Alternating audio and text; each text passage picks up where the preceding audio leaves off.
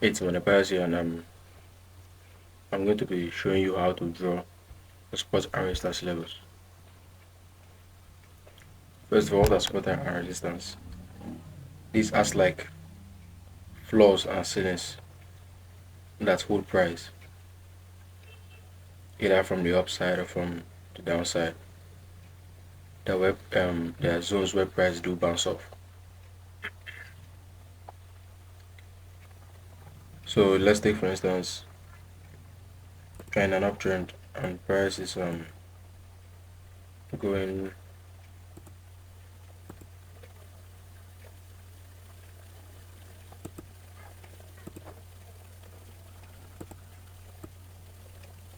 and price is going higher like this and like this and like this. So let's say as price was going higher, something happened and price started dropping and dropping and dropping and dropping. So from here now, this place at which price started dropping from is our resistance level. While this low, here, which price might either break and retest and continue dropping, or come here and bounce back up. It's our support level. They also act as demand and supply zones. Demand zones are zones where price do buy from. There are zones where there are more sellers, where other traders are waiting to place their buy orders from. While supply zones are zones where there are more sellers, where traders are waiting to sell from. So this is just the basics of supply and demand. Like for instance, when the price of a goods has gone down, it's very cheap. Like somewhere at this zone now, at this demand zone, the price is cheap. People want to buy it because the price is cheap. So they'll say, let me buy this thing now that's cheap before the price goes back up. So that buying power, that buying pressure is what finally pushes price back up and takes it to this zone. And when it comes to is either price breaks it like this and keeps going higher, or the price will come here and bounce and start coming back down again. So that's just it. So you have something like this. Let me move all the drawings here first of all.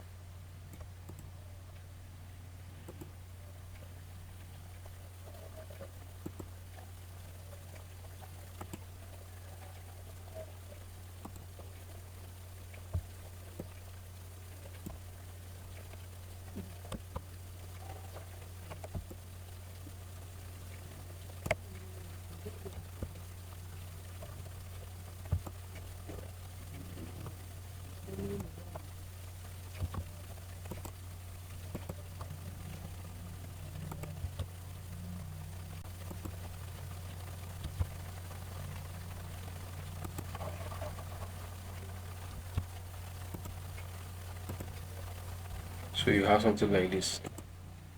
Price coming up higher in waves, and price hit a zone here and price starts dropping lower. So the point, this zone at which price started dropping from is our resistance, and this here is our support level. You can also call the support level demand level and the resistance level supply level. I believe you understand this, right?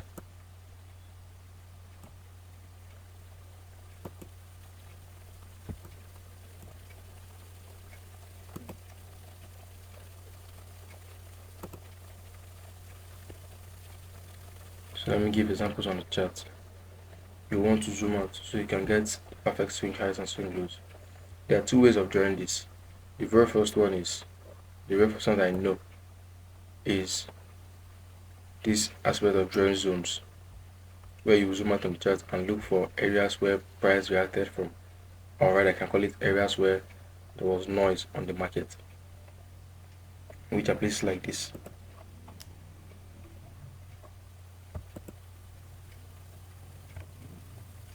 You look for places that is then extended to the future.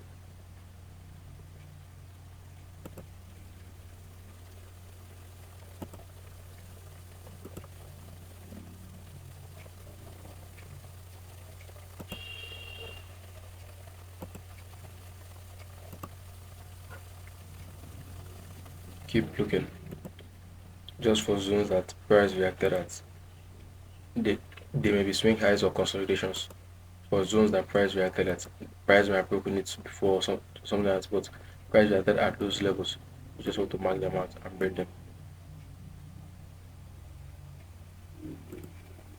So return price to its normal view.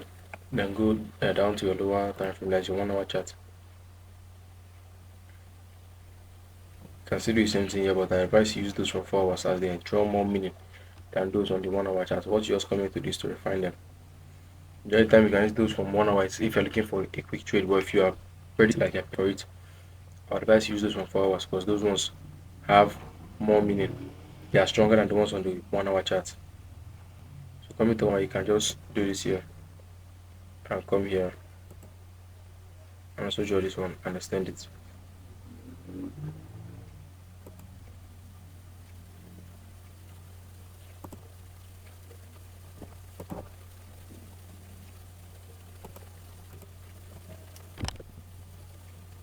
See that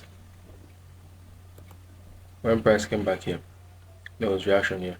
Give me a bounce, give me a bounce again, bounce again, bounce until eventually broke it. After breaking, there was a mild retest before the drop. So that is, you also want to look for these zones, then wait for price to come there and watch price action, then you react. And that way of drawing this also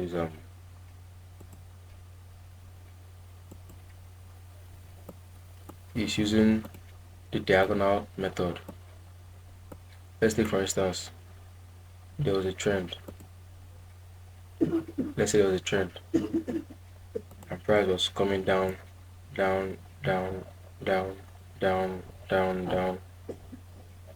Shit, PC is lagging. Now does it look like a price? Let me draw it again. Let's say price was coming down or in a downtrend. I'm having something like this.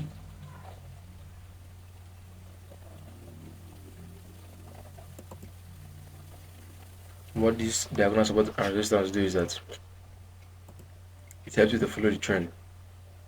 So you come here and you draw a trend line here. You draw a trend line here. And this is so anytime price comes back here, you want to sell. And that price comes back here, you want to sell. Then the same thing applies to an uptrending market. So if it's an uptrend, you have the same thing. Up, down, up, down, up, down, impulse, trades, impulse, correction, impulse. Then you have a trend line there. Then anytime price comes back here, you want to buy. You want to buy. That is just the idea behind this one. And let me show you an example on the chart. So just like before, you also have to zoom out for this one, and you could also go to places like daily time frame, weekly, monthly, depending on you.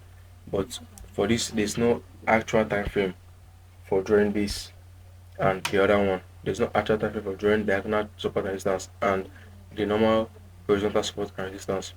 The only thing there is that the ones from the higher time frame have more meaning. They are more stronger than those on the lower time frame. That is the difference there. So from here, you just want to zoom out, then you then pick up your trend line tool and come down here. What you're looking for here are swing highs and swing lows. So you want to mark them out first. You want to mark out your swing your swing highs and your swing lows. This is swing low here. This is another one here. This is another one here. And another one here. There's also another one here. Now the rule for drawing this is that if it's an uptrend, you'll be needing 3 lows. No, 2 lows. Just look for 2 lows, then connect them. Just look for two lows, then connect them. Two lows and connect it. If it's a downtrend, you look for two highs and connect it. That's just the rule behind this one here. So you pick up a trend line two and come here. We have first touch, second touch, first bounce, second bounce. Though the third bounce did not work out here, that's just how it is sometimes.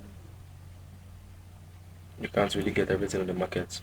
Just have to work with what comes to you and let the rest be.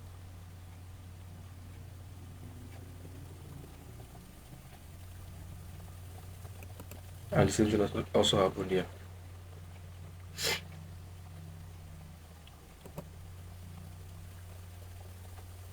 So why you have this, you have first touch, second touch, the third touch did not hold.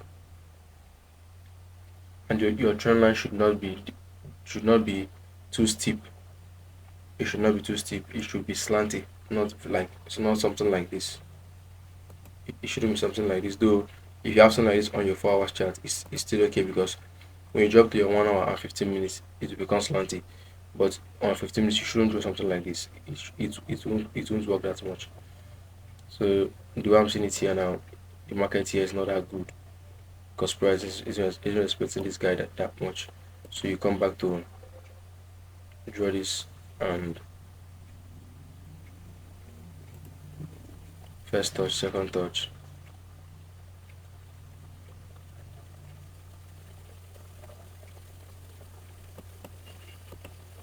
Price also broke it again. High, and price broke this one here. So let's go down to 1 hour and see if we can get a clearer chart so I can show you how to draw a spot and resistance the right way.